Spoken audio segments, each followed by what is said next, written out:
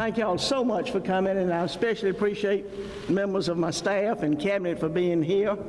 Today is day 101 of the Ivey administration.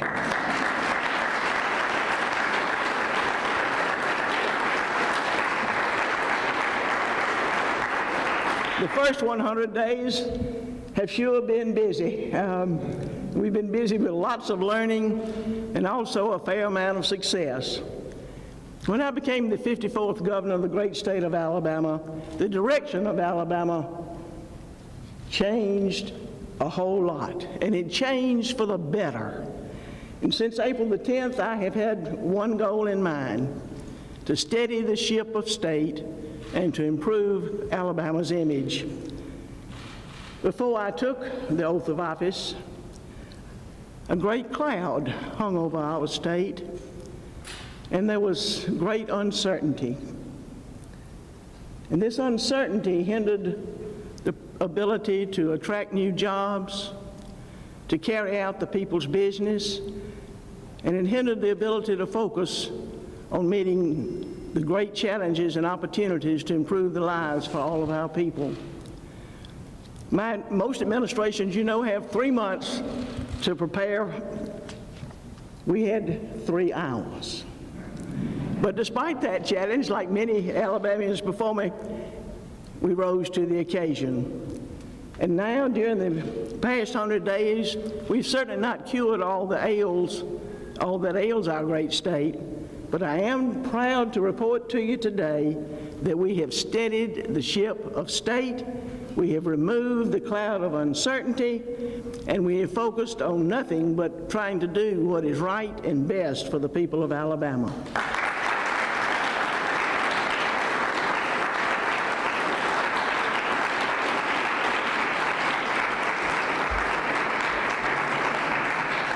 Right after I was sworn in that night, I promised that the Ivey administration would be open, honest, and transparent, and I've followed through on that promise. We've cut bureaucratic red tape. We have banned lobbyists from being appointed by members of the executive branch to boards and commissions. And y'all, we may not have always done everything perfectly, but everything we've done has been done and will be done with integrity. I'm especially proud to have appointed the first Republican woman to serve as Chief Justice of the Alabama Supreme Court, and also the first woman to serve as Adjutant General of Alabama's National Guard, and she's a Major General.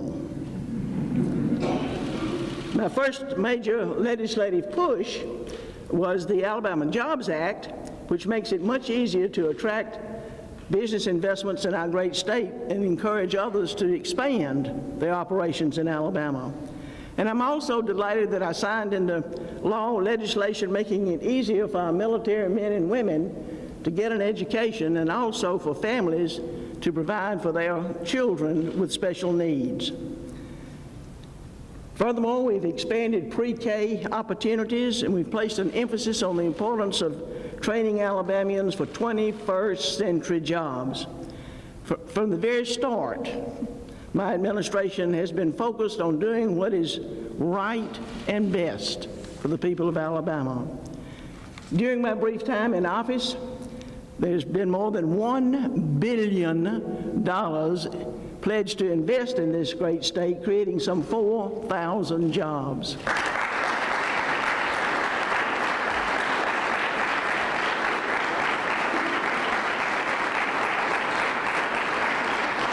My friends, let's just be honest. The world is hearing loud and clear that Alabama is open for business.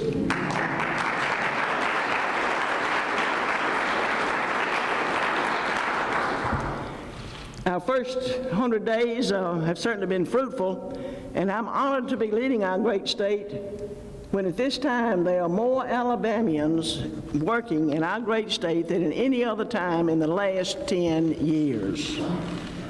And though our recent success with increasing jobs has been very positive, unfortunately we still have 100,000 Alabamians without jobs. And that is just unacceptable. I want every Alabamian who wants a job to have a job, but not just any job. I want every Alabamian to have a job for which they've been well trained, well qualified for, and that pays well. And in the days ahead, we'll improve the education operations in our state, strengthen the quality of our workforce, and encourage our people to pursue those jobs in the areas where jobs abound. We will ensure that our people are ready for opportunities that are already available in our great state, and for certain we'll prepare them for the jobs that are surely to come.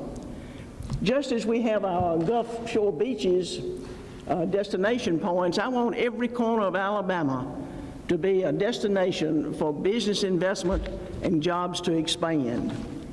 We will improve our infrastructure to improve the safety of travel of our school buses, to ensure that the wheels of commerce continue to roll and that our families can travel safely on our roads and bridges. And we will guarantee that our children have a strong start with their educational careers so that they can have a strong finish as they go into the workforce. With new ideas, we will better the lives of all of our people. The dark days of ineffective and unresponsive government are truly behind us. Now, we enter into an era that lives up to the lofty ideal of government being a government of the people, by the people, and for the people. And whenever I leave office, whenever that may be, my desire is to leave this state in better shape than when I found it.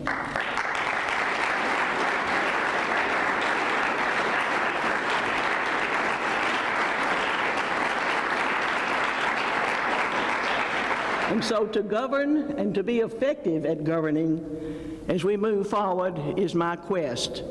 And on this, the day 101 of this administration. As we celebrate the bicentennial of our great state, we must not forget the history of our state, which is filled with innovation and progress. And as I stand here with you this afternoon, I will declare that these days are not just our history, but they're also our future. And as governor, I pledge to you I'll lead the charge in the years ahead to be faithful to our past with innovation and progress and proudly embrace the future. Serving as your governor is my honor and deep privilege. You, my friends, my neighbors, my fellow Alabamians, you are the reason we have Sweet Home Alabama. And I hope all of you will join me in not being complacent, but to reach for the stars, realizing that Alabama's future is brighter than it's ever been before.